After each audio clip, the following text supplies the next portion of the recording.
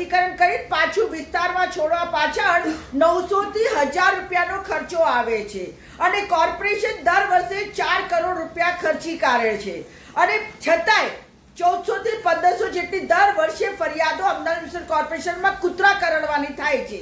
હવે આ તો દાખલો ખાલી અમદાવાદ મ્યુનિસિપલ કોર્પોરેશનનો છે, તમે વિચારો આખા ગુજરાતમાં કેટલા ખર્ચાઓ થતા હશે।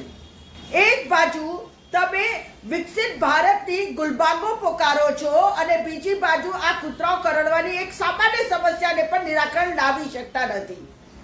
વિદેશોમાં આવા રખડતા કૂતરા દેખાય છે ખરી? ખાલી વાતો જ કરતા આવડે છે ને મોટી મોટી વાતો કરી પબ્લિકને ભરમાવાની વાતો છે, પરંતુ પબ્લિક આ નાની નાની વાતોથી પણ ઇફેક્ટ થાય છે। કોઈના ઘરમાં કૂતરું કરડે તો એના ઘરમાં શું હાલત થાય એ તમે સમજી શકતા નથી। કડવું છે પણ સાચું છે।